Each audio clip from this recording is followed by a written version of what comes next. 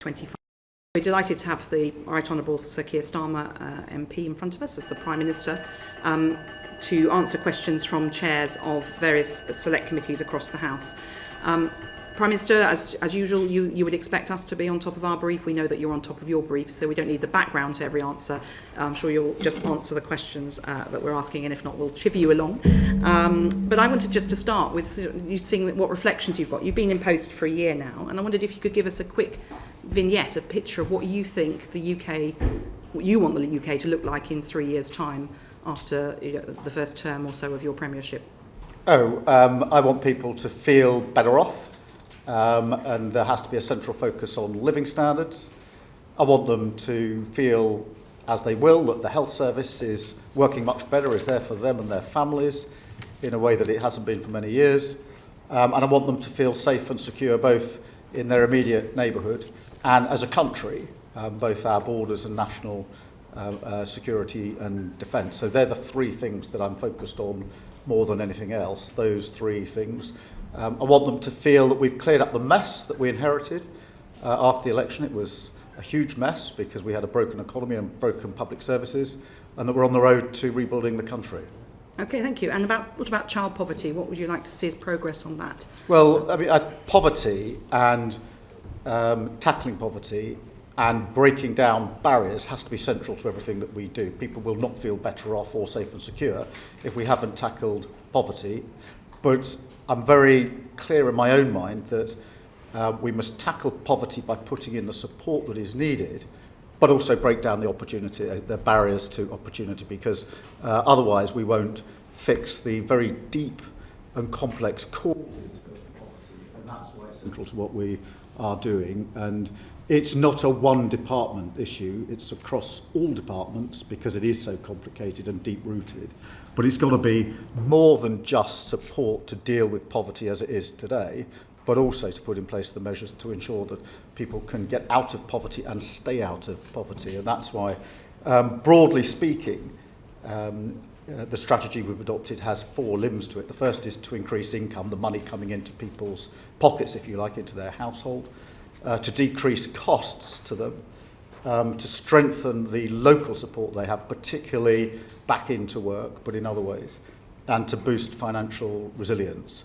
And I'm very proud of the fact that the last Labour government drove down poverty, and I'm determined this government's going to as well. Okay, you talked then about working across departments. You've obviously got the missions that you're working towards. What are you personally doing from the centre in number 10 to make sure that those departments work together? Because sometimes in Whitehall you can pull one lever somewhere and it doesn't have the desired effect. It can actually have a perverse outcome. So how are you going to make sure you're stitching those issues together? Well, the first thing is to make it absolutely clear this matters to me, and matters to number 10 is one of the central things that I want to drive, and that our priorities are the three that I set out earlier on. 2, to put in place the cross-departmental working, which is often the most difficult bit. And then to set up the relevant task force. For child poverty, obviously, we've set up a designated task force to look specifically at child poverty, to devise our strategy. And that reports in, so I have oversight of that, so that everybody can see it's a number 10 Prime Minister priority in what we're doing. And it would be your aim to see child poverty reduced by the end of the Parliament? Oh, yes. Thank you. Yes, as I say, the last Labour government got child poverty down, and I want to get child poverty down. Thank you. Florence Eshalomi, MP. Thank you, Chair. Thank you, Prime Minister. You mentioned that child poverty is central to that. For every child to be lifted out of poverty, Prime Minister, will you agree that they need to live in a safe, warm, secure home? Remember the tragic case of Awab Ishaq, the 2-year-old that died in Rochdale in, frankly, unsuitable, uninhabitable conditions of damp and mould. And it's welcome that the new government has set its priority on tackling this issue. Prime Minister, when this new regulation is highlighted and brought in later this year, are you confident that this legislation on tackling damp and mould will be enforceable? Yes, I think it's really important, and thank you for highlighting it, because it was a terrible case that in this country, in these times, anybody could die in those circumstances. So that's why we made the pledge to put it into law. We've put it into law, and we will. I don't think we can simply say that that law on its own will do all the work that is needed. That is why we've strengthened what we put in place for standards in housing across the board, including checks on landlords to do things like electricity safety checks as well. So yes, I'm confident that it's the right law. Yes, I think it is enforceable and will be enforced. But I don't think in any of these fields to do with either housing or poverty, there's one silver bullet that solves all the problems. Because one of the issues, Prime Minister, you may be aware, is that a number of landlords, including local authorities, are saying that they're struggling in terms of the funding and enforcement to carry out those necessary checks. We've heard that the courts, we know that there's a backlog in the courts in terms of residents bringing forward those cases. So just coming back to that enforceability, Prime Minister, as a lawyer, you know, for anything to be enforceable, it has to have the right protection around it. So just wanting to know if there's been discussions and that interdepartmental discussions to make sure that these cases are escalated when tenants bring them before the courts. Yes, there have been. And one of the ways in which I've set up the work of government is to have key ministers on key commitments reporting in to me for a stocktake on a regular basis, where we go through progress, what measures are in place, etc. And housing, as you would expect, is one of those. There are 6 areas where we have these regular stocktakes, and housing is one of them. So the Deputy Prime Minister and her team come into number 10. We have a session where we go through a number of different issues, but decent standards and housing and enforceability is among them. Okay.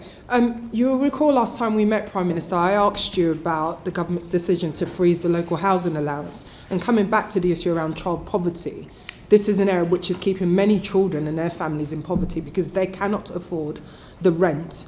The recent data from the local government association responsible for all councils shows that there's a funding gap of around £7 million over the last 5 years. This is a key area pushing many people more into poverty. So I asked you again, Prime Minister, do you think that that was the right decision from a government that's ambitious on tackling child poverty? Look, I think I defend the decisions we've made. Obviously, we head into the autumn. We will get to another budget, and there'll be a chance to look again across the board. But we certainly made the right decision first time around. I think I'd also emphasise something I touched on last time, which is, in the end, with housing, we need to build and make available more housing across the board. There simply isn't enough, and that but means the starts, price goes Prime up. Minister, you may have seen are quite low. We're not building those houses quickly enough, and we will see more people and more children in poverty. We can't build our way out of this crisis. So in the interim, what more can the government do to help alleviate that poverty? Well, that families as I are say, there'll be facing? a child poverty strategy which we're setting out in the autumn. We will go into the budget in the autumn as well, and alleviating poverty is a priority of mine. I do think that we need to build more, though, and we have to build more because we've had a problem for many years of not building enough social and affordable housing in this country. And until we crack that problem, we will never be able to get to the fundamental roots of the failures here. And that's why, on that issue in particular, I'm pressing the Deputy Prime Minister very hard. Prime Minister, on that though, when homes are built in expensive parts of the country, it's very hard for social landlords to afford to buy them at the rate they would need to pay, make sure that the rents are truly affordable rents. So is there anything that on your radar about how you're going to ensure that not just the supply of housing, but the supply of really properly affordable social housing is... Yeah, that's why we've made a commitment within the building commitment for social and affordable housing and put down £39 billion, which is the biggest amount that's over 10 years. Put behind. Well, yes, but... I'm just to be clear. Well, I appreciate that, but there is always the duty of government to deal with the here and now, of course, but also to deal with the mid and long term. And one of the big problems, in my view, of the last 14 years is nobody did the mid and long term. So we lived with the ever-decreasing cycle of failure and short-term sticking plaster, and I'm determined that we're going to cut through that. Thank you, Chair. Thank you. Sir Geoffrey Clifton-Brown. Good afternoon, Prime Minister. Good afternoon. Just following on from Florence's last question on local housing allowance. Some 45% of households now face a shortfall between the local housing allowance they receive and the rent they pay. Some local authorities top this up, and that's costing them in aggregate £204 million. But when we did a study, the PAC did a study on this way back in January, your officials at DWP could not tell us what effect the freezing of these local housing allowances would have on increased homelessness? Because there must be an effect. Well, I hope that since then they've provided you with a letter or some further evidence. And if they haven't, I shall make sure I do after this session. But in relation to homelessness, that is also an initiative led by the Deputy Prime Minister. It's one of the priorities that I've given her. And we have put a lot of money, so £950 million, into more temporary accommodation. That's money straight into local authorities, because often it's a lack of temporary accommodation that is one of the causes of the problem. And overall, we're investing £1 billion in reducing homelessness. That involves a lot of preventative work. So there is a central focus on homelessness, quite a lot of money being put behind it, but particularly focus on this question of temporary accommodation available to local authorities. So if I could just stick with homelessness a minute. We discovered that the cladding remediation levy was sucking up so much of developers' funds that the affordable housing starts in London last year, from a fairly low base, I accept, dropped by 90%. Yeah. That surely is not going to help either the people who are made homeless or your overall effort to reduce poverty, is it? No, and we need to drive that up, and that's a problem we've identified and are working on. Obviously, we've got to do the necessary work on cladding. That's got to be financed, but you're absolutely right that we need to turn that number around and drive it up. And so the Deputy Prime Minister is across all these issues of housing. So one of the hardest things I found in our inquiry was that at June 24, almost 6,000 households with children were being housed in bed and breakfasts, of which almost 4,000 were over the 6-week limit. I just ask you, Prime Minister, to imagine what it's like living in B&B with children, especially over when you're having to get out probably at 9 o'clock in the morning and not come back till 6 o'clock in the evening. It must be pretty hard. And of that, so we found that 39,000 households were living in occupying temporary accommodation outside their normal home area. So there will be people living over the 6-week limit with B&Bs, with children, outside their area, trying to struggle to get to schools or work or whatever it is they have to do. I really wonder, what would you suggest you can do to begin to solve that problem? Well, firstly, let me acknowledge it's a real problem, has a huge impact on families, and not just the physical aspects of living in those conditions and the cramped and small circumstances, but also in very many cases the ability of a child, for example, to get on with their homework and get on at school. So it has not just immediate short-term consequences, it has longer-term consequences, because those same children, once they're struggling at school, will then struggle further down the line in school. That is why it's important that we have put the extra money into temporary accommodation for local authorities to make sure there's a wider range of accommodation. Now, you can't fix this overnight, but you're absolutely right, it needs to be turned around for all the reasons that you've identified, and I absolutely understand. Thank you very much. Thank you. Just on that, Prime Minister, every homeless child means a child missing school, a child missing out on a vital and welcome breakfast club that your government have committed to, a child or adult missing out on those extra hospital appointments because they don't have a safe and secure home to go to. We are seeing councils at breaking point because of the additional money spent on temporary accommodations. A number of councils declaring bankrupt because of temporary accommodation. This is not sustainable.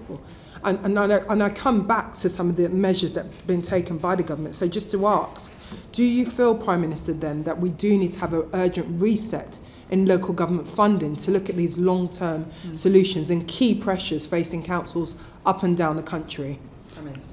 Yeah, I mean, firstly, let me say we have put £1 billion into homelessness. That is a huge amount, more than any government's put in for a very, very long time, for precisely the reasons that have been identified by this committee. So there's an absolute commitment on homelessness, and the money was put there in the budget and the spending review to make good on the commitment on homelessness. On the wider question of local authority funding, yes, I do think it needs a review. I've long thought it needs a review, amongst other things, we need multi-year settlements. There are no end of local authorities that say to me, because it's a year-on-year allocation of money, we can't use the money as effectively as we might otherwise be able to do. I don't know how many local authorities who say to me, until you fix, as we are now doing, the no-fault eviction problem, you'll have a homelessness problem, and the bill will be picked up by local authorities. That's why we brought in the provisions to get rid of no-fault evictions. So I absolutely agree with you. This needs review, it needs change. We've started the process of change. And they would be, as it were, the top contenders that, for me, of what we're getting on with to bring about a material change as quickly as we can. Okay, that's good. So it'll be good to know when we'll expect to see some of those changes and the extra investment, and if it's something that... Well, the investment in homelessness has gone in already. I mean, the money's been made available. When do you expect to see a change? Well, as soon as possible. I've got the Deputy Prime Minister project managing this. We're looking across the numbers, we're getting the money to where it needs to be, but the financial commitment and the political commitment are in place, and the Deputy Prime Minister is pretty focused. It matters hugely to her, it matters hugely to me, and therefore we're driving it through central government. I talked earlier about your vision in 3 years. I mean, you're saying in 3 years, in the next year, you'll see a difference. When do you think we'll see the actual difference on the ground? Because in homelessness or living standards more generally? Well, on this particular issue, on housing and temporary accommodation. The money going into temporary accommodation, I want to see having immediate effect. In other words, more accommodation available. Now, obviously, it'll take some time to get it into place.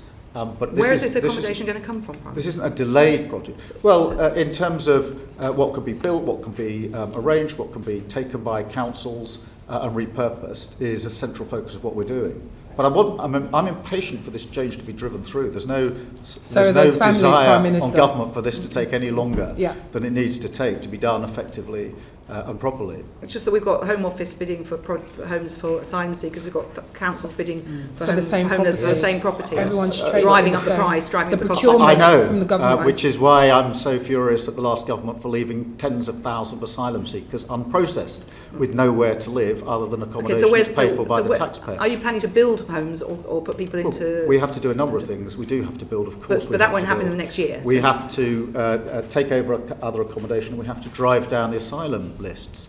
There is no just a pinpoint before. What other accommodation precisely are you planning to take over to provide temporary accommodation for families? Oh, there's lots of housing in many local authorities that can be used, and we're identifying where it can be used. But I mean, look. Could you give us? Have you got any examples you can give us? No, but I'll write in and give you details. Because I could say certainly in a number of our local authorities, already picking up from around the table, there isn't a lot of spare housing available. If there were, councils would be able to be dealing with it by now. Well, exactly, which is why leaving a huge tens of thousands of unprocessed asylum seekers that need to be housed is a huge problem for this government. So you'll be putting the homeless families into those hotels? No. We're looking at what accommodation is available, and I'll make sure that we send a detailed letter. Okay, well, we certainly look forward to receiving that detailed note. Councils will be breathless waiting for it. Helen Hayes, MP. Thank you. Good afternoon, Prime Minister. My committee has just completed an inquiry on children's social care. And as part of that inquiry, we heard really devastating evidence from care-experienced young people who experience a cliff edge in support at the age of 18. So, for example, a young person told us how she had to give up her A-levels because she had to work in order to pay rent to keep a roof over her head. I hope you would agree that that is a choice that no young person should have to make. And as a consequence of that evidence, my committee's recommended that young care-experienced people need more support at the age of 18, both with accommodation and with their living costs, to stop them being trapped in poverty for a lifetime. Is that a recommendation that you agree with, and how would you progress the urgently needed additional support for young people leaving the care system? Well, firstly, I absolutely agree with the identification of the problem that you and your committee have put forward. Lots of children coming out of care essentially go off a cliff edge from having support when they're in care to almost none, and we've got to, in my view, change that so there's support and it's graduated as they come out of care. I haven't looked particularly at the recommendations, but I will make sure that they are being looked at and obviously give you our full response to them. Thank you. So we welcome very much the government's commitment to youth guarantee to support young people into education, employment or training. But we are really concerned about some of the additional barriers that young care experienced people face, often as a consequence of trauma that they've suffered earlier in their lives. And the evidence that we've seen would point to the government's decision to withdraw universal credit from under 22-year-olds as having particularly harsh impacts on increasing poverty amongst care experienced young people. Our report recommends that group of young people, actually a very small, numerically a very small group of people, are removed from the exemption, from the decision to withdraw universal credit so that they can still access that support when they need it. Is that something that you will be prepared to take forward? Well, certainly have a look at the recommendation that your committee has made. I do think the youth guarantee is a hugely important part of what we're trying to do, but we'll certainly look at your recommendation. One of the issues is that the mental health support often isn't there for those young people who've experienced trauma earlier in their lives, and it is very difficult for them, if they're living with trauma, to be able to take advantage of opportunities that might otherwise be available to them. And that's why we're looking particularly at that safety net for care experienced young people, because this is about avoiding them being trapped in poverty for the rest of their lives. Is this something you'd be prepared to pick up? Yeah, I mean, as I say, we'll look at the recommendation your committee has made. Okay. And then the final thing from me, just drawing again on that report, is that the evidence is that, I mean, really, if the government is serious about homelessness, if the government is serious about tackling the problems that we have in the criminal justice system, the government has to be serious about providing better support for young people in the care system, because they are so vastly overrepresented in both of those populations. So a quarter of the prison population has care experience. That would indicate that they're not in prison for any reason other than their lives have gone really badly wrong because they've been let down previously and when they were children. So this is a problem that we believe as a committee is of strategic importance to the government, yet support across the country for care experienced young people is completely inconsistent. So our committee recommends that there is a national offer for care experienced young people. Will you commit to that, Prime Minister? Well, firstly, on your general analysis, I agree. I mean, for many years we've seen an overrepresentation of those that have been in care, in poverty and in prison in the criminal justice system. We absolutely need a better approach to that. Whether a completely national approach is right or wrong, I don't know. I'll certainly have a look again at what your committee has said about this and make the relevant inquiries. But we do have to improve the chances and opportunities for those who've been in care and come out of care. And it starts obviously with what has been a cliff edge for many of them, but then continues with quite deep-rooted problems very often for the rest of their lives. On current policy, they will still face that cliff edge and they will still fall through gaps in support because there is not a national safety net for them. So I hope that is something that you'll look at in detail and come back to this committee in due course with progress. Okay. Thank you. Thank you very much, Ms Hayes. Debbie Abrahams, MP. Thank you, and good afternoon, Prime Minister. Since you were last before us, Prime Minister, my committee published our interim findings on the Pathways to Work inquiry in May, where we expressed our considerable concerns about the imminent UC and PIP legislation, and particularly in terms of the changes in eligibility of these benefits, with the potential of pushing 250,000 disabled people into poverty. Now, I acknowledge the concessions the government made to the bill, but the fear and anxiety that this caused to disabled people currently in the system cannot be underestimated. I just wondered what you'd like to say to them now and what you will be doing differently in the future. Well, it's very important that they feel secure and supported, and that is at the heart of what we are doing in the changes we're making to welfare and related areas. I want to see more opportunities and more support put in place. And some of that will come from the state, some of it can come from employers. I'm absolutely clear in my own mind there's more that employers could do and the state can help them to do to encourage those with disabilities to come into work and to retain if they are in work. And I've seen good examples of that myself, as no doubt you have. but not enough across the country. So we need to do more. Thank you. Well, on that very point, you'll be aware that there is still projections that your government has put forward that estimate 50,000 newly disabled people in April next year will be pushed into poverty because of the reduction in the UC health element of the bill. Now, you mentioned about getting more disabled people into work. Charlie Mayfield, who, as you know, is doing the Keep Looking Working review, not to be published until later this autumn, Prime Minister, has said it will take several years before the labour market changes in order to allow more people to be employed, disabled people to be employed, but also to retain disabled people. So my question to you is, several years, 8 months, what are we going to do to mitigate against the potential pushing of another 50,000 people, disabled people, newly disabled people, and their families into poverty?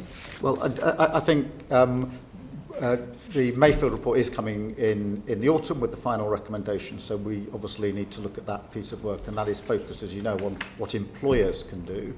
I don't accept that everything is going to take years. Some changes do take years, but not all changes take years, and we have to do work in the interim to give that support to those with disabilities. What specifically had you in mind, given that we've had a disability employment gap for, well over 10 years? Well, I think there's a lot of work can be done with employers to encourage them to take on and to retain. That doesn't need primary legislation. I've seen pilot examples of it across the country, which I'd like to see many more of, that have been very, very successful. So, yes, I accept that, if you want to pass legislation, it'll probably take some time. I don't accept that every change that is needed, some of them that I've seen for myself have been quite effective, don't need legislation at all, and I think we can get on with that as quickly as possible. The Mayfield recommendations will be on with us, obviously, later this autumn. Can you give an example, Prime Minister, on that? Yes, I'm aware of the Trailblazers examples, and again, these are pilots and tens of thousands, not the hundreds of thousands that will be affected next April. And I'd just like to point out that in my part of the world, there is one job for a disabled person for every 333 disabled people chasing them. It's slightly different in the south, where there's a more vibrant local economy. It just seems so punitive in that regard. But ultimately, Prime Minister, I just wanted to go back to my first point about doing things differently. This was poor legislation. It was designed to save money for the Treasury by cutting support to sick and disabled people. It was so far removed from Labour values of fairness and social justice, let alone compassion and common decency. I have to say I felt ashamed.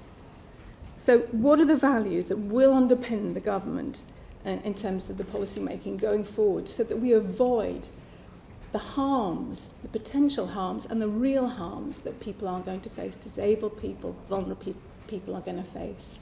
But I think this is a really important Labour value. I think the fact that there are nearly 1 million young people out of work, not earning or learning, is a huge challenge for our country. And none of us should be accepting of a system that operates like that. It is broken, it needs to be mended. All the evidence is that if you're on benefits and out of work at that young age, the likelihood of ever getting into good, well-paid, secure employment goes down, down, down for the rest of your life. 1 in 10 working-age people out of work and 3 million locked out for health-related reasons. It is no wonder that almost everybody says the system is broken and it's got to be changed. And I'm glad that we've started the process of change. I'm not going to pretend that we got everything right in recent weeks, but we do need to reform the system, and we should take that on as a Labour argument, in my view.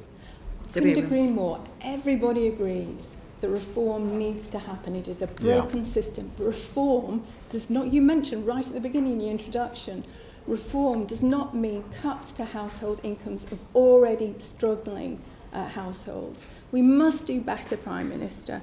You mentioned about reducing poverty. This had the potential of actually increasing it. I'll leave it there. Thank you. Thank you, Ms Abrams. Sir Geoffrey Clifton-Brown. Hello again, Prime Minister. It seems that we have, as Debbie Abrams was saying, a long-term trend of unemployment increasing every month. it now stands at 4.7% and 1.67 million people out of work. And therefore, it was perplexing to me, and I hope it might be perplexing to you, that when we did our inquiry on the 2nd of July into job centres, we found that there were 2,100 fewer work coaches than there had been the year before. Now, I accept that the DWP have had difficulty recruiting them, but given that I'm sure it must be your government stated objective to try and help people back into work wherever possible, and job coaches play a key part in that, it was surprising to find that not only was there fewer job coaches, their initial interview time had been cut from 50 to 30 minutes, with proposals to cut them even further.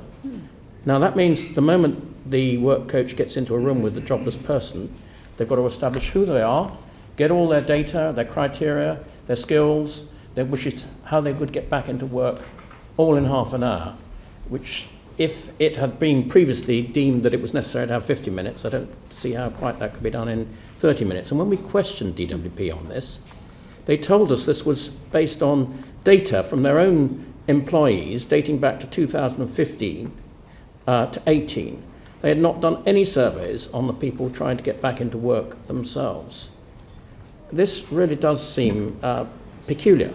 And we do know that the interwork rate declined from 9.7 in 2021 to 8.2 in 23-4. And I imagine it will decline again this year with the lack of these job coaches. So could you tell us how that might be reversed? Yeah, I mean, let me go back to the beginning of your question, if I may. The employment rate is up 0.8% over the year. The unemployment rate is also up slightly.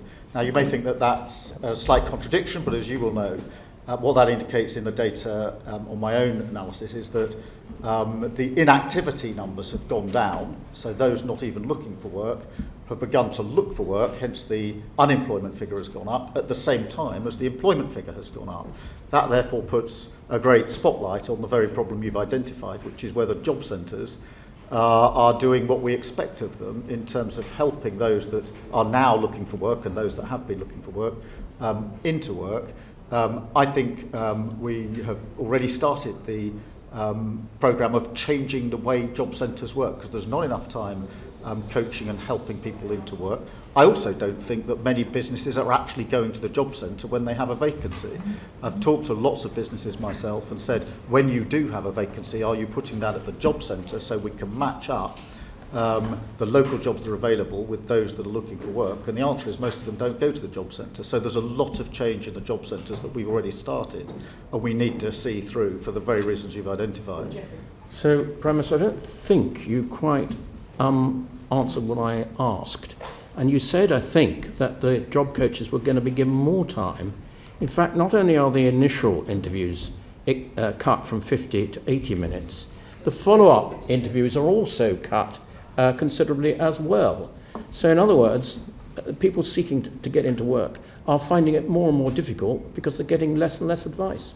Yeah, I mean, I'll take away the point you're putting to me. I'm not across the details of how many minutes are allocated to the coaches in job centres, but the broad principle that you're putting to me, as it were, I agree with, which it needs to be more support for people to get into work, and we need to change the way job centres work altogether, in my view, and change the very nature of them, which is part of the work that we're doing. But I will take away the particular issue you put in terms of the minutes allocated and get a fuller answer to you.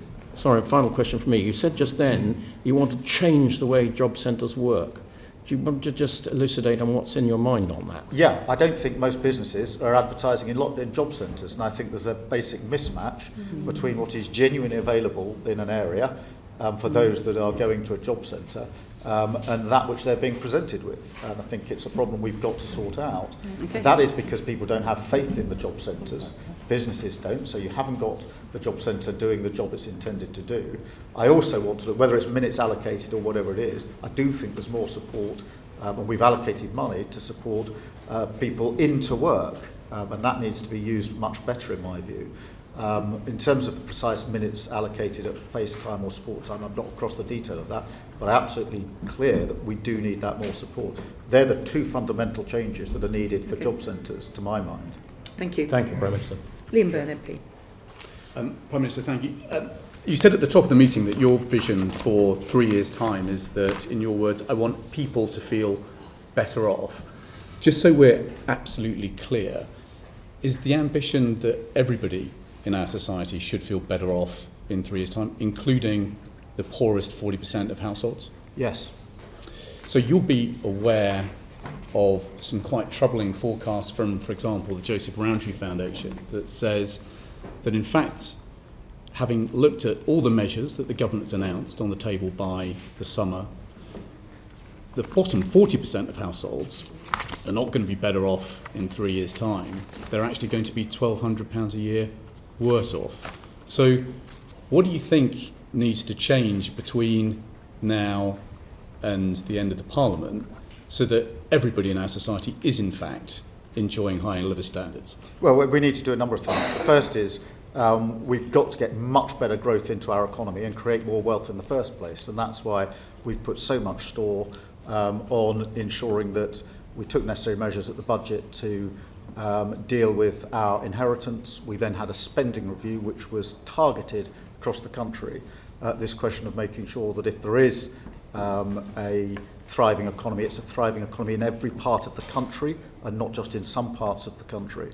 And it's why we've already in the spending review focused on things like the living wage, the national wage, and the minimum wage, and ensuring that wages are going up. They've gone up more in the last 10 months. They went up in the last 10 years.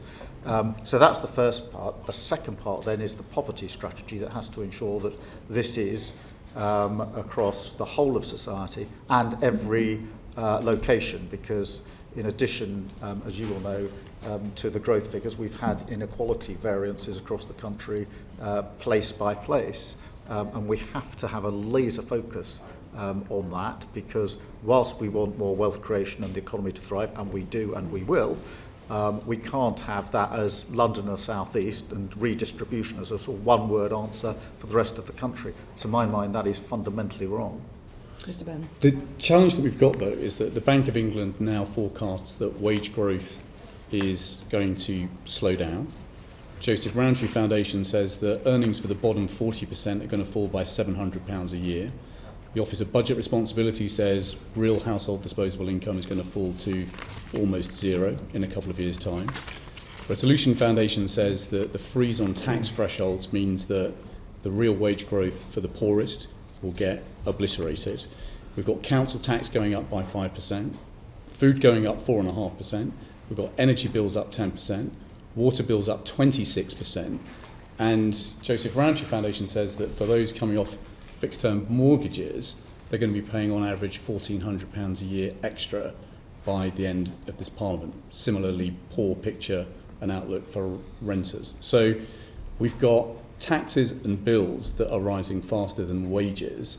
So the question remains, what else do you think is needed over the next year or two so that everybody is enjoying higher living standards by the time of the next election? Well, if I just concentrate on two aspects of that. Firstly, the income side and then the cost side. On the income side, obviously, we have already pulled the lever of increasing minimum wages, which is on average of, I think, about £1,400 extra into everybody in effectively 3 million of the lowest lowest paid, above inflation increases for standard rates of universal credit.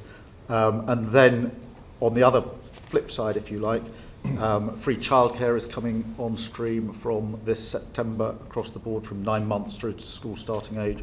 Free school meals are being rolled out, breakfast clubs are being rolled out, limits on what you have to pay on school uniforms, and warm homes discount is £150 per household. That's gone from 3 million to 6 million households for this winter. So I do think there are things that government has done and will continue to do But in the end, the central focus has to be on creating more wealth and making sure that we have a growing and thriving economy. That's been the single biggest failure of the last 14 years, which is we haven't had an economy that has grown in any significant way. These are all important steps forward, but having reviewed everything that you've just announced, the Resolution Foundation said that the poorest half of households, by the time of the next election, will still be £200 poorer than they were last year. So, the question remains, over and above what you've announced, what else do you think is needed in order that everybody in our society is enjoying high living standards in a couple of years' time? I think we need a central poverty strategy, and we're putting that around the child poverty strategy, which we're rolling out in the autumn. But you could cut people's taxes. I mean, if we taxed investment income in the way that we do work, if we tweaked up capital gains tax so that it was fairer, there would be enough money to deal with the fiscal pressures that we forecast and deliver a big, bold working class tax cut, just as they delivered in Australia. Surely that should be an idea that remains on the table going into the budget. Well, I'm not going to be tempted to start speculating on what might or might not be in the budget. It's going to come in the autumn. We will get the forecasts.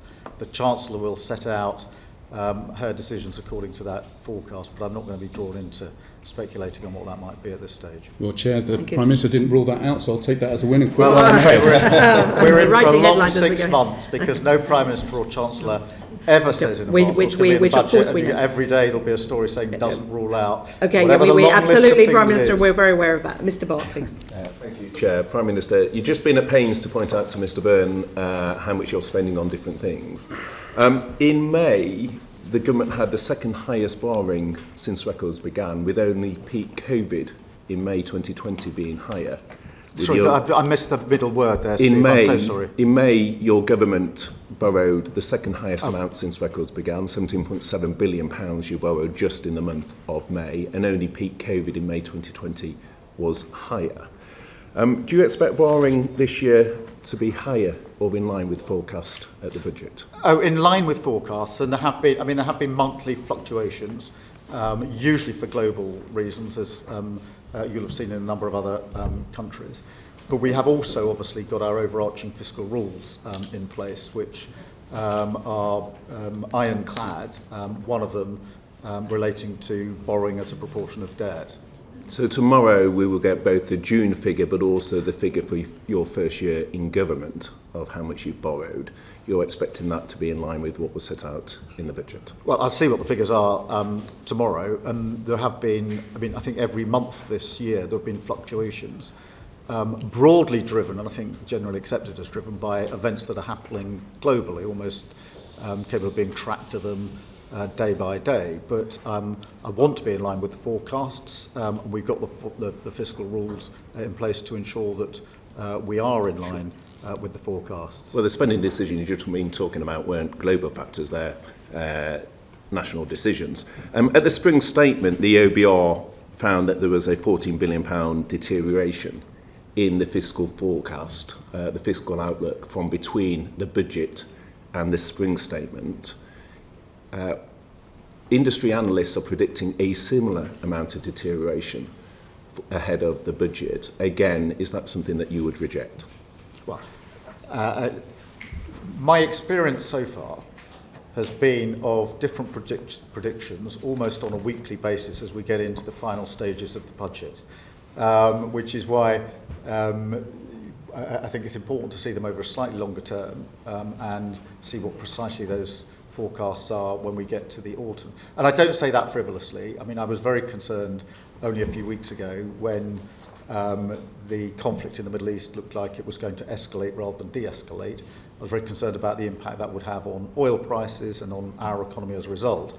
And therefore, I do think it's important for us to see this over a slightly longer term. I mean, we're tracking it, as you people imagine, would accept very, that very slight closely. variations. What I'm trying to tease out is whether there's a trend, and you're rejecting, for example, pretty widely accepted industry analysts that there's an expected further deterioration. For example, ING had predicted a further 14 billion.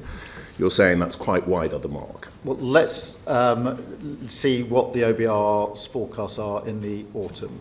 Right. As I say, my experience is that those forecasts change on a pretty regular basis, often according to external factors, and trying to guess now what the forecast might be in the autumn is fraught with all sorts of difficulties. Fine. In terms of consistency then, given other things change, is it reasonable to say, with regard to the fiscal headroom that you set out, that as a point of principle, you feel that there should be a reasonable amount of fiscal headroom? Yes.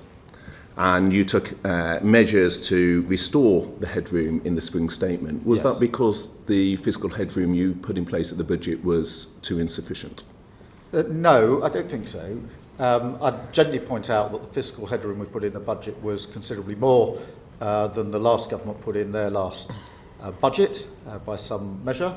But then there was a lot of fluctuation in the early part of this year, particularly with conflicts in different parts of the world, but also with the immediate after effects of the tariff decisions that were being taken, for example, in America, had an impact. And it was right, in my view and the Chancellor's view, that we retained the fiscal headroom. Okay, so even though the headroom at the budget was insufficient and you, in my view, rightly took measures at the spring statement to restore it, the OECD are wrong when they said last month, again, pointing to how thin the fiscal headroom is.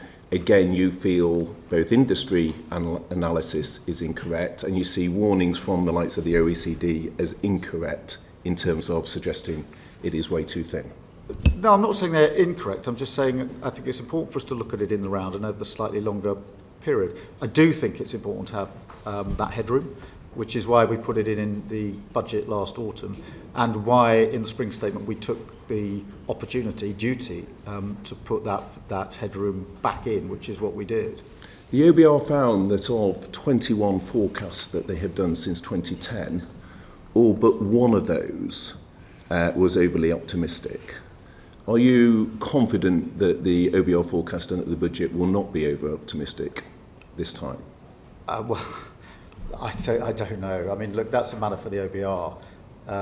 They make the forecast. They're there for a purpose. And we obviously take what forecast they put in place and act accordingly.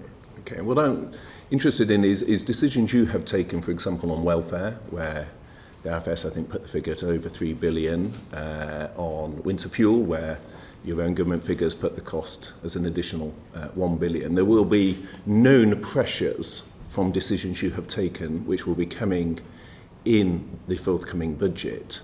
And what I'm interested in is the trend of a fiscal headroom which was insufficient, and you've already had to take measures to restore it. Warnings of that and warnings from industry.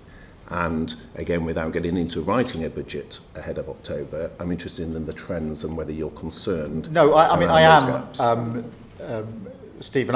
You've been in this position preparing for budgets, and you will know the experience, which is that there are forecasts that, as you lead into a budget, begin in the end come on a weekly basis and fluctuate week to week, literally, and therefore.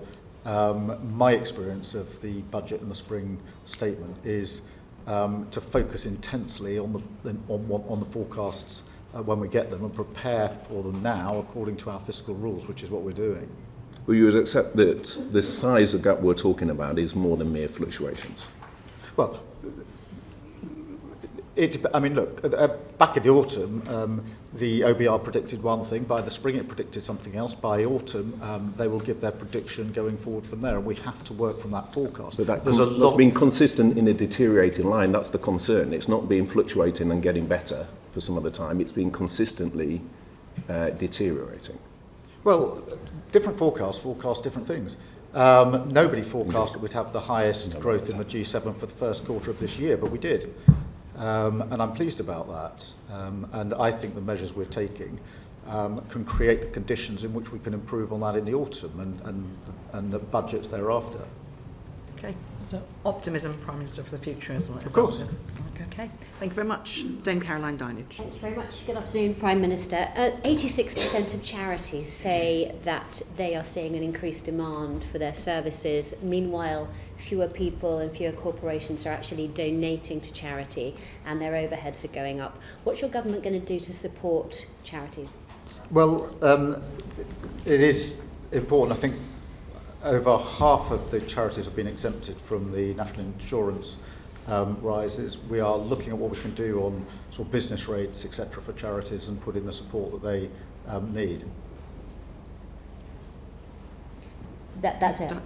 Well, there's probably other things as well, and I'll write to you with further stuff. I mean, you say that half of charities have been exempted from the national insurance contributions, but there are 44,000 registered charities that have an income over £100,000, and the National Council for Voluntary Organisations reckons that the next increase is going to put their payments at 1.4 billion.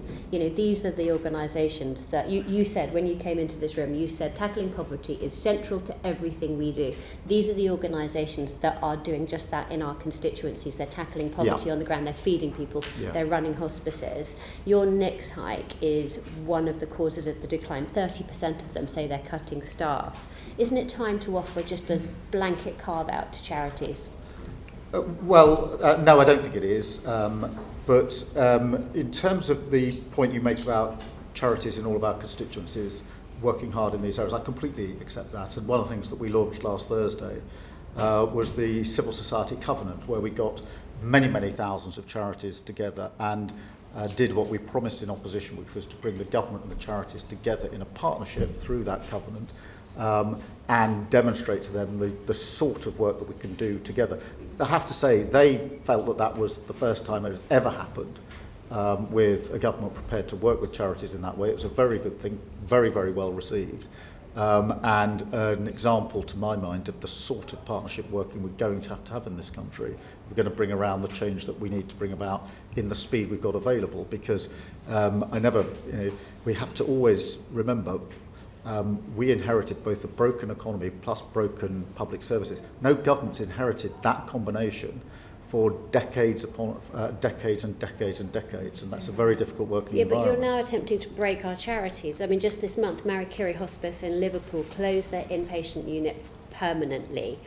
Your civil society covenant won't put charities on a good financial footing by itself.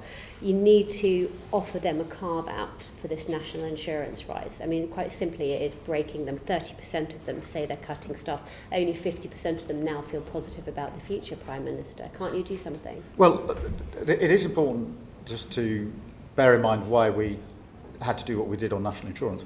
We looked through the books and we found £22 billion missing. And we had to do something about it because that's a serious problem. But you can't do that on the back. We addressed that at the budget. At the same time, we used the money from that NICS increase to invest hugely in our NHS. Hence, we promised 2 million extra appointments in the first year of Labour government. We've done 4.5 million. That takes the pressure off many charities.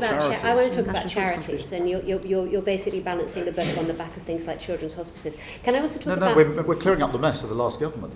On the back of children's hospices. Charities also depend upon individuals giving generously. Do you know which is the most generous constituency in the country? No. It's Sheffield Hallam. 1.9% of income of the average. Congratulations to Sheffield Hallam. That's I know, great, right? Do you know which are the least three generous? The least three generous are Kensington and Bayswater, Chelsea and Fulham, and Holborn and St Pancras, Prime Minister, each at around about 0.5% of their income, about half of the average of the country as a whole. Now, we know that you and your colleagues aren't adverse to being on the receiving end of a little bit of philanthropic giving. How would you persuade people in wealthy areas like yours just to dig a bit deeper? That's the first time I've been presented with those figures, but clearly in Holborn and St Pancras and other places we need to up our game, and we will do so. So have you got a plan to promote philanthropy? Well, the first I hadn't seen that readout of figures by constituency before. Not just in your constituency, across the country. What can we do to encourage corporations and individuals just to support charities a bit more? I think we should do everything we can to get them support charities and individuals. Like what? Everything we can, like what? Well, we'll go to Sheffield Hallam and we will find out what's happening there that clearly isn't happening in Holborn and St Pancras, and take it away as a learning experience. Is this something your civil society covenant might be looking at? Yes. I think one of the most important things is how government works with charities supporting what they do. We've had examples of charities rolling out particular initiatives that they've brought to us. So one of them was the Macmillan initiative on giving people guided support to the charities that they might need if they're diagnosed in that particular case with cancer, but with other diagnoses. They did that as a local plan. We've taken that now as a nationally rolled out plan working with those charities. Very, very good. And that's an example Excellent. of the Good covenant example. working together. Can I move you on to the BBC? Because that's a bit of a regressive tax in itself, the licence fee. What's your view on how it might be reformed? And also, we were promised the BBC Charter review at the beginning of the year. What's holding it up? Well, we're going through the review, and it'll obviously come to its conclusion. And we keep an open mind about what we need to do with the licence fee, but we are working closely with the BBC. We're going through that review.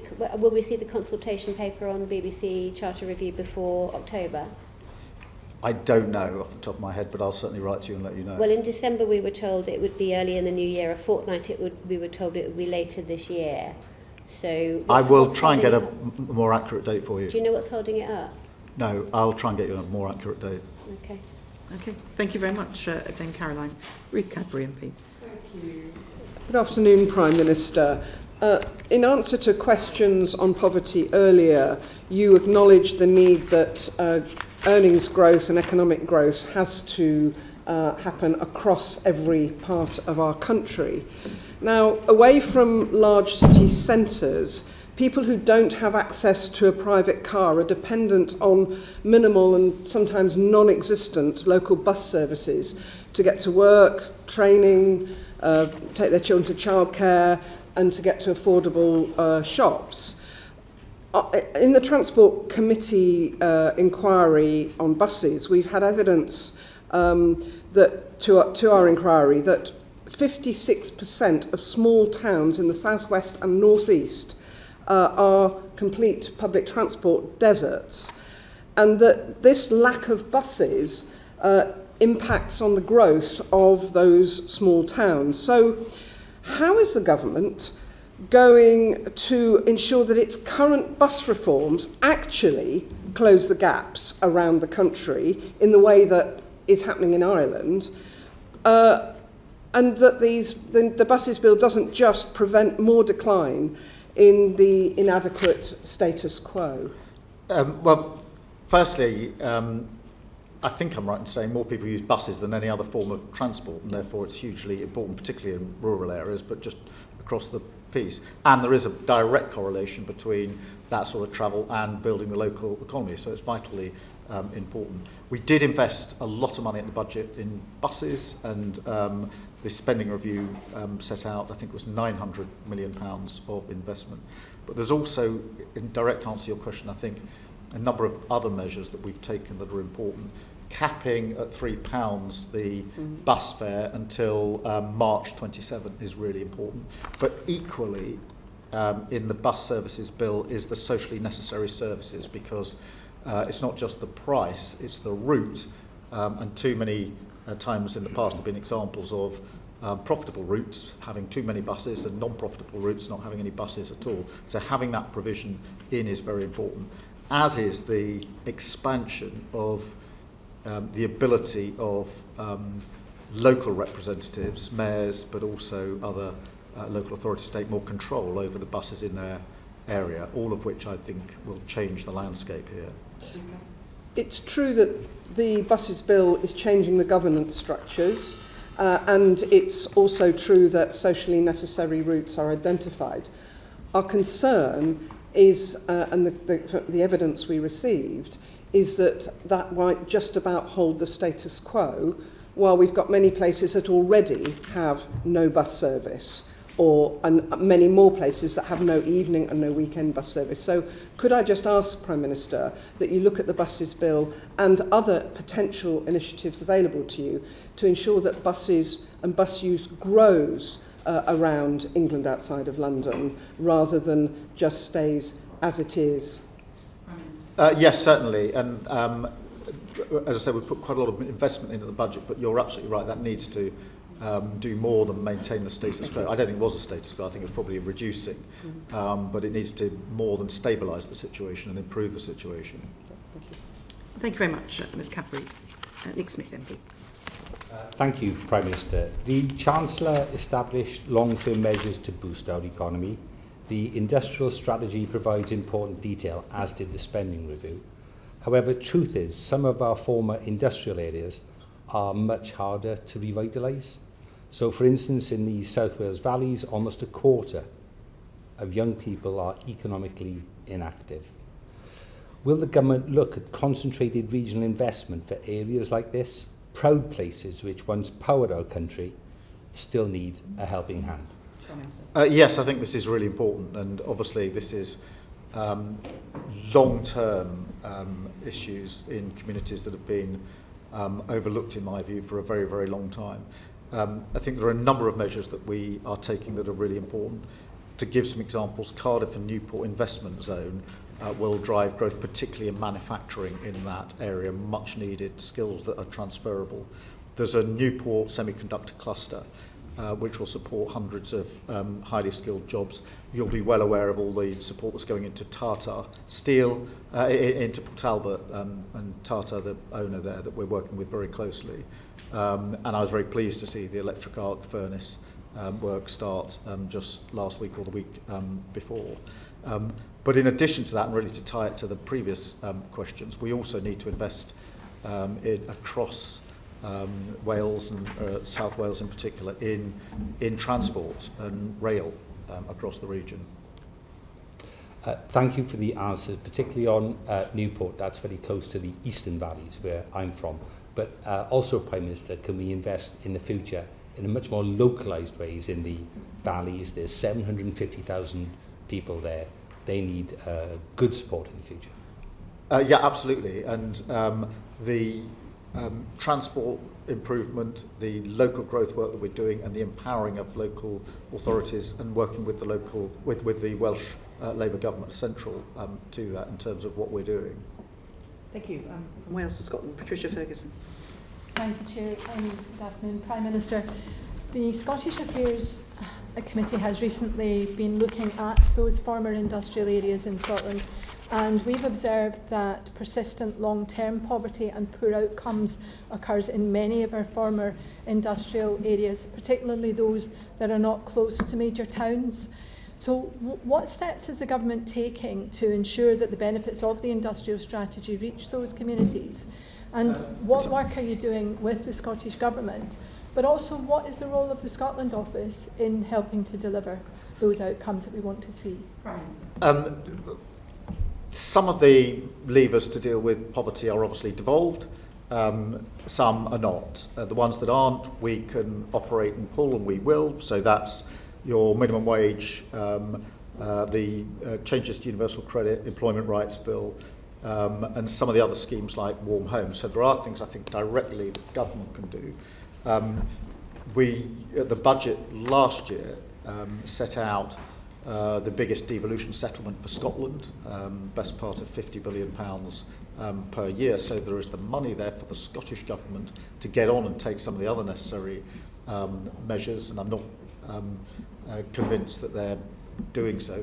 Our job, notwithstanding our political differences, to work with the Scottish Government to deliver, particularly on good, well-paid jobs in areas that need them. That we are doing. One of the first things I did as Prime Minister was to go to Scotland, in fact, the very first visit within days, to say to the First Minister that notwithstanding our political differences, I saw my job to be delivering for Scotland, and therefore we'd work with him and his government wherever we could. Nick Smith, MP.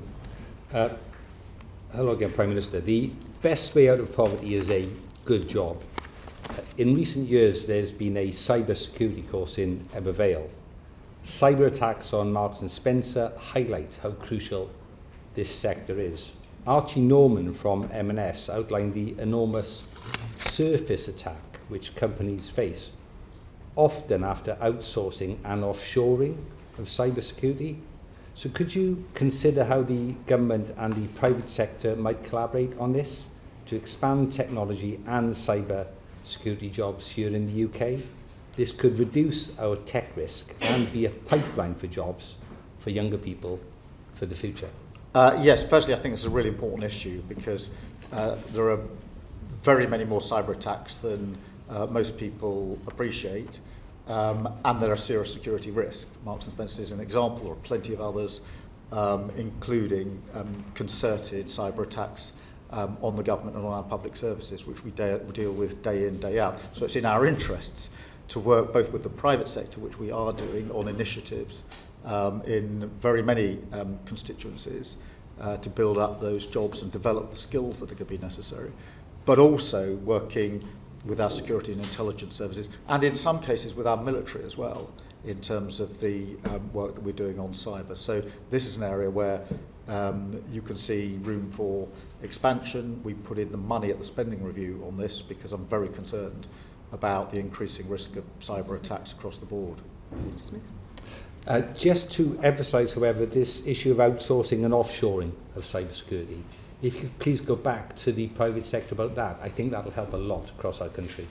Yes, I'll do Prime that. Minister, are you specifically looking at any, promoting any training in places like the Welsh Valleys in order to promote cyber training for young people to help build skills in those areas Mr. Smith's highlighted? Yes, there are initiatives in... Have you got any specifics you can give? It would appreciate you may not have that. I know there are, but what I'll do is I'll make sure they're available to the committee. Thank you. Patricia Ferguson. Thank you again, Prime Minister. Many of the communities we're talking about in both Scotland and in Wales have had difficulties now for quite some time. This is not a new problem. These are obviously very hard to reach communities in that sense, but many of them actually possess quite high levels of manufacturing skills that we could use in to promote the industrial strategy. So I just wonder if there are any specific things that we can point to that would help these communities to get out of this difficulty, because as I mentioned earlier, the problem seems to be particularly acute for those communities that are not close to a larger town where they can feed off what's happening there and where they have transport links that they can access to. Yeah, I think local growth plans are part of the answer to that. I think making sure we retain the skills and the jobs in the places we've got them is hugely important. Two examples of that. Grangemouth is an area where we put quite a significant government amount of money behind it recently. Grangemouth, it seems to me, I mean, there's a problem obviously with the winding down of the refinery at Grangemouth, but it is a huge opportunity in terms of the potential of Grangemouth, and therefore for that community and many, many communities around it. I see it as a huge opportunity. I think we've got 10 strands of work going on there to identify the best possible way forward for Grangemouth, which we shouldn't see as some sort of charity case. It is an incredible opportunity in Scotland. Equally, the work around Aberdeen as we transition from oil and gas to renewables, the potential there is huge for using the same pipework for carbon capture as is currently used for going the other way, if you like, and the same skills and the same workforce for decades to come. So I think there is huge potential in Scotland if we get this right. I would also add that thanks to our India trade deal, most whisky distillers in Scotland are saying to me they're now going to struggle to produce enough whisky to export. It's a problem they are absolutely loving, but it just shows how the trade deal has direct impact on that issue in Scotland in particular. Ms Ferguson. Interestingly, many of the whisky distilleries will also tell you that they have the problem of being able to provide housing for their employees, but perhaps we don't want to go to that one at the moment. But I wonder whether you think that the new jobs coming forward, both from Grangemouth specifically, and also in the transitioning of the North Sea, are able to keep up with the number of jobs that are being lost? I think they can, but I think it needs additional work, one of which is to value the local supply chains and to ensure that that is measured when contracts for procurement are put out, because I think particularly at the moment having secure supply chains in Scotland is vitally important, and therefore one aspect, whether it's Grangemouth or elsewhere, can then feed a lot of other communities, a lot of other jobs in quite a wide range of areas, but only if we value the fact that they are Scottish jobs in Scotland, where in my view the investment and the contract should be, not least because that then supports the communities through those jobs, and those with the jobs are then paying tax back into Scotland rather than paying it in another country. So we need to value it and weigh it in the work that we're doing on contracts in particular around the main clusters that we're talking about. Thank you. Thank you very much. Andy Slaughter, MP. Thank you, Chair. Good afternoon, Prime Minister. People of limited means used to rely on legal aid to navigate through the criminal and civil justice systems, as I think you know. The 2012 LASPO Act destroyed much of that, leaving an inadequate patchwork of advice and representation and longer delays in the civil courts, which is the subject of a Justice Committee report published today. No one is expecting the government to suddenly restore the billions taken out of legal aid, but is there a comprehensive plan for ensuring access to justice, or will this be more of a patch and mend job? Well, it's a massive problem, as ever. There's no department that we inherited that is anything other than broken. We are putting more money in. We're focusing first on the criminal side, putting in more money on legal aid because, as you will know, there are terrible backlogs in our courts, and we have to sort that out with more money going in, and then to focus on things like housing, where within the civil sphere there's a particular problem. So there is more money going in, it's focused in that way, but we are looking at a broader review of how we can have better and quicker access to justice because it's far too slow. Thank you. Could I just move on to reoffending then? We've got terrible reoffending rates in this country. People leave prison without a job, a place to stay, or support with addiction and mental health. Some become a nuisance on our high street, committing further offences and quickly finding themselves back in prison.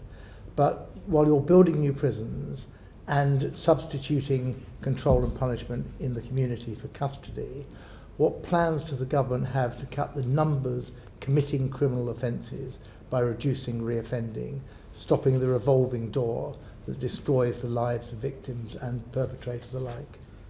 The first thing is more mental health and substance abuse support in prison whilst people are in prison, which we're putting in and does make a difference. I think for those that are out of prison and serving their sentences in the community, there's an initiative we've launched with councils to try and bridge them into well-paid work at the end of that part of their sentence, which is shown to have material support, and then putting a better package of support around those actually leaving prison when they do leave prison. So they're the three things that we're doing at the moment. Thank you. Thank you very much. And we're now going to move on to discussing some of the international issues that you've been dealing with, Prime Minister. And Andy Slaughter's going to kick off with that as well. Well, slight change of tack, Prime Minister. Every day it's clearer that the civilian population of Gaza is being starved, killed and displaced in a systematic yet indiscriminate way. The steps the UK has taken thus far have had no effect on the criminal actions of the Israeli government. Indeed, these have accelerated and spread to the West Bank. What further steps will the government take to protect Palestinians from mass killing and destruction of their homes and communities? And will these include recognition of Palestine as a state and acting on our obligations under the ICJ advisory opinion? Firstly, we need, in direct answer to the first part of your question, we need a ceasefire, and we need it straight away, because that will create the space for the remaining hostages to be released. They've been held for a very, very long time. It will create the space for aid to get in at speed and at volume, which is desperately needed. And equally importantly, create the space for a political process, which, to my mind, is the only long-term way to get a sustained peace in Gaza, and we mustn't forget what's happening in the West Bank as well. I do think, in answer to the second part of your question, that it is important that all countries, including ours, play a leading part in bringing about the peaceful settlement that we want. And obviously, on the question of recognition, we are and have been for a long time committed to that as part of the process, as a contribution to the peace process at a time most conducive to the prospects of peace. We are working with others on how we get from where we are now to a two-state solution, which is the only viable option to my mind. And I think that we need to use the coming weeks to push further on credible plans for the next phase of Gaza. If we get to a ceasefire, we need to push past that and on to better regionally supported reconstruction efforts and supporting of the Arab plan. And I think we should play a leading part in that. I think, if I may, you began by talking about a ceasefire, which is absolutely right, because that is the sine qua non here. But we hear a lot of words, and there's been another statement, I understand today, a joint statement with 25 countries, but people are asking for action. You must hear that, and certainly the Foreign Secretary hears that every week in the House of Commons, and we have yet to see any steps that have led the Israelis to take action on a ceasefire. Indeed, the opposite is the case. Every morning brings new horrors and new atrocities, new displacements, new deaths of civilians queuing for food in that way. And they're looking to you and to this government to try and provide something which makes that ceasefire happen. What will that be? Firstly, let me be clear. The situation on the ground in Gaza is intolerable on so many levels. And we make that absolutely clear in all of our exchanges with Israel and with other countries. Whether that's the deaths for those that are queuing for aid, whether it's the plans to force Palestinians to live in certain areas or excluded from certain areas, they're all intolerable and absolutely wrong in principle. We have taken action, as you know, in terms of sanctions, in terms of what we're doing with arms sales, and we are working hard with allies to ensure we bring about a ceasefire. That is not straightforward, as you will appreciate. It is important that we're working with the Americans on this, as you would expect. But we need to get to that ceasefire to create the conditions for everything else that needs to happen, and we'll continue to do so. It is a really important part of the work that we're doing on a day-to-day basis. We should have responded to the advisory opinion by now. It's over a year since that was issued. Well, I mean, there's a lot in it, and we're working through it, and we will respond in due course. Thank you very much. Dame Emily Thornbury. No one can deny that our relations with the Europeans are a lot better than they were a year ago. It's much warmer. We've had the state visit of Macron. We've had Chancellor Merz and his new treaty. We've got the E3. We've got a European summit that was a great success. So since we're on a roll, what are we going to do next?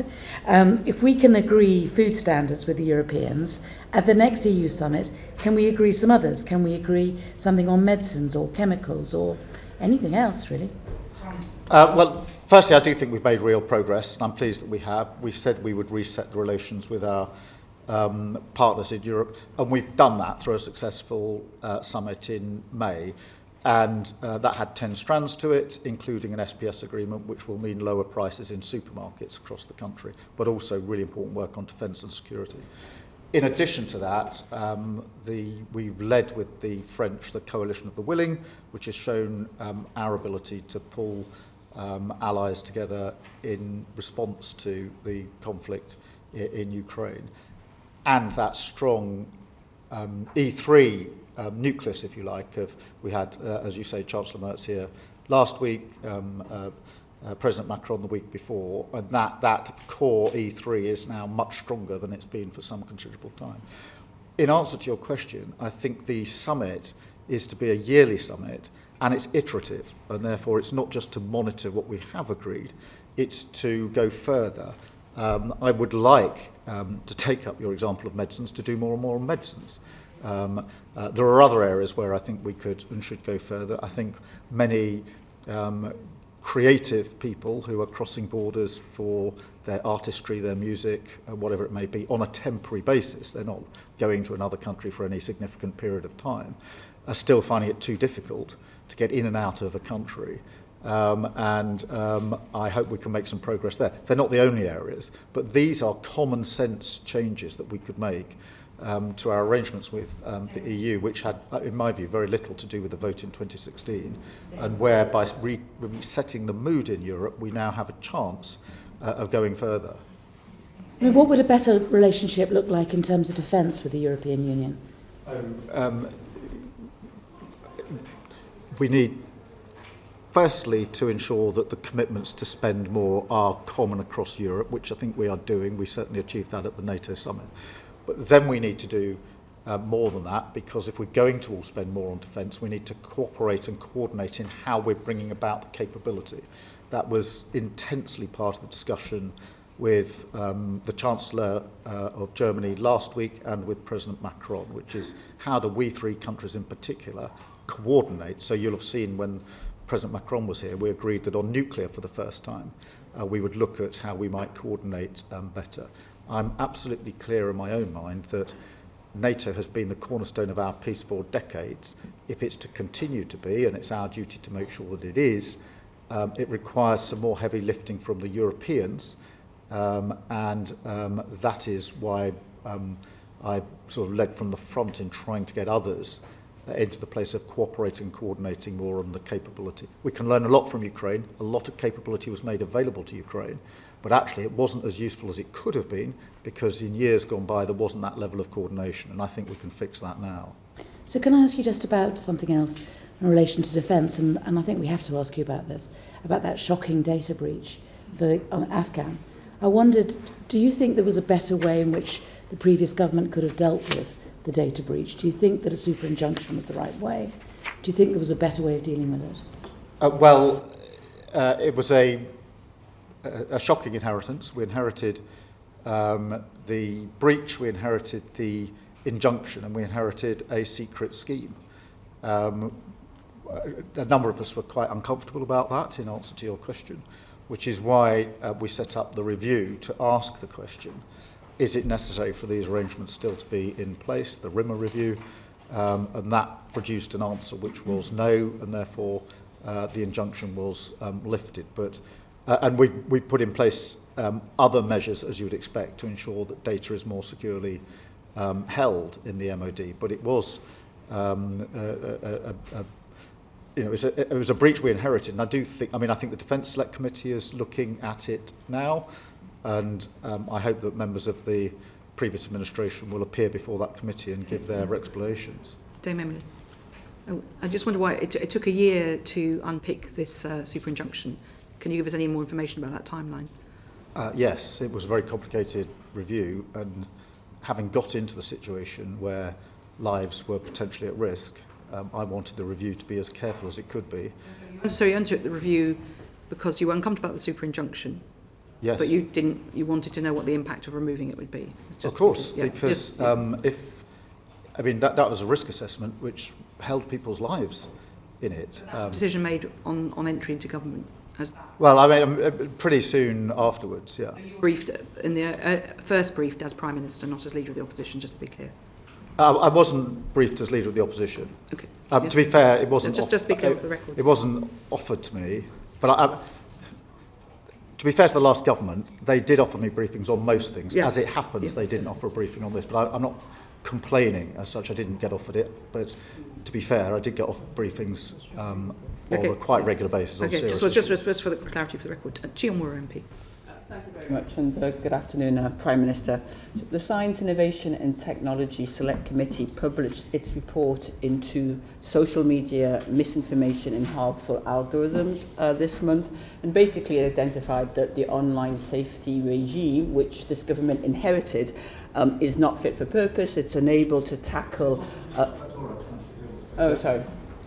So we found that the online safety regime, which this government inherited, is not fit for purpose. It's unable to tackle the spread of misinformation, and it cannot keep British citizens safe online. So can you promise my committee and everyone whose lives are impacted by the viral spread of algorithmically amplified misinformation, that the ongoing discussions on a trade agreement with the USA, or for that matter the forthcoming visits of Vice President Vance and President Trump, will not prevent you from taking the action which is so urgently needed to keep British people safe online from misinformation? I'd say two things about that. Firstly, obviously the next tranche of protections under the Online Safety Act are coming into force imminently, and we need to look at how effective they are. But I do agree with you that we need to go further than that, and in all of our analysis here and the work that we're doing, we have to focus on our national interest, what we need to do to keep our citizens safe, and also to make sure our electoral system and democracy works effectively, because I was very worried at the last election about misinformation, and I'm very worried about the potential for misinformation in future elections in this country. Thank you, Prime Minister. The Online Safety Act specifically does not address misinformation. That was clear evidence. But there are provisions within it that are coming on harm, which are coming into force imminently. Thank you very much. Dame Caroline Dinage. Just very quickly back to the BBC. It's the most trusted news brand around the world, and yet financial pressures have seen where they cut services, where the BBC World Service cuts services, they get backfilled by Chinese state media in Russia today, and that actually has a direct positive impact on favourability towards them. I just wondered, Prime Minister, do you agree with the Minister who said to my select committee that the BBC World Service bolsters national security and global security? And if you do you think more government departments should contribute to fund it? Firstly, I do agree with the proposition. I think the World Service is really important. I also agree that whether it's in broadcasting or other areas, there are other states that are more than happy to step in if a gap is left. Somewhere in the pack I've got the funding arrangements for the World Service, but I can't put my finger on it at the moment. But we do need to make sure that we protect the World Service for those very reasons. It is a matter of national security. Sorry? In essence, it's been increased, but by not enough. Yeah, well, it's a constant call. The inflation that they're sort of facing in some countries is like 30%, and the increase is very tiny. And in countries like Liberia and Lebanon and Kenya, where the BBC World Service has pulled out, Russia Today and Chinese state media have backfilled. So it's just really important to put that on your radar. No, I take that away, but I agree with the basic proposition that other countries are very quick to step in if we leave a gap. One tiny quick question. Will there be a Department for Culture, Media and Sport after the next reshuffle? Yes. And a committee to oversee it. Prime Minister, at the beginning of this session, you set out what you wanted the country to look at, and you've obviously answered a number of questions about how you might achieve that. You also, there's a lot of discussion about shake-ups at number 10. Do you think, given what you've laid out and the challenges that the country faces, there may be a benefit to bringing in ideas from outside number 10 and Whitehall, and how are you proposing to do that, if so? I think there's always room for bringing outside ideas into number 10, whether that's from the private sector, particularly those that are running businesses, whether it's from our mayors and local representatives across the country, whether it's from making better use of parliamentarians. I think there's always room for improvement and bringing in the ideas of others. I think that where people have experience on the ground, it is invaluable to hear what they say about what we are doing, we're proposing to do, and to take that on board. When you were in front of us at Christmas, you've done 5 months. Now you've done a year. Given what you've just said, is there anything that you would have done differently, sitting where you are now, knowing what you know, compared with the 5th of July 2024? Well, I mean, we had the most terrible inheritance. I know some people don't want to hear it anymore, but if you think about Blair, he inherited an economy which was getting better, but public services which were broken.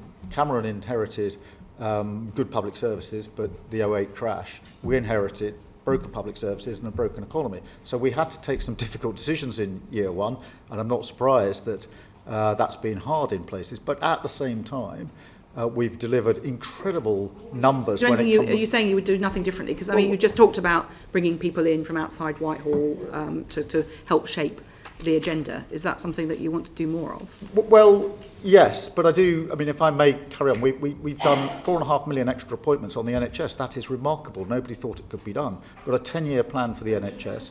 So you talked about wanting to engage with Parliament more, for example. Is there anything it's not... Over a year, you had a chance to do this huge, the biggest job in the country. Very big challenge, huge challenge.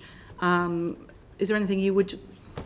what different approach you've taken now you've had to sat in the hot seat? Well, I think we could engage Parliament more. I don't doubt that, but I do think it's important for us to remind people of what improvements we have done to the NHS, what we've done on free school meals, breakfast clubs, childcare, school uniforms, what we've done in terms of the investment we've put into road and rail, the fact we've got 3 trade deals with countries which many governments tried to get deals with and didn't achieve that. And we've had £120 billion worth of inward investment. That is a record, all-time record of inward investment. And sometimes one of the mistakes we make is not shouting and loud enough about what we are achieving. We in the Labour So from Party that list focus on of achievements, what's been your best moment in the last year as Prime Minister? Oh, walking into Downing Street and taking up the job of governing. And I wouldn't swap a single day in government for years and years in opposition. And what about your worst moment in the last 12 months? Well, every Prime Minister has challenges, both good and bad. What's the most difficult thing you've had to deal with? The worst thing was when my brother died, which for me brings the private and the public into a very tense conflict, and that was difficult. Well, thank you very much, Prime Minister. Thank you for your time. We hope you get a bit of a break over the summer. Oh, no, you didn't. I say that hopefully every time. I every thought Prime that at the beginning of the Minister, summer holidays last time, but it didn't work. So I'm not saying anything Thank this you time. very much indeed. If the public could stay behind, please. Order, order. I should say the transcript should be available hopefully tonight, if not tomorrow. So thanks to our colleagues at Hans Thank you, Prime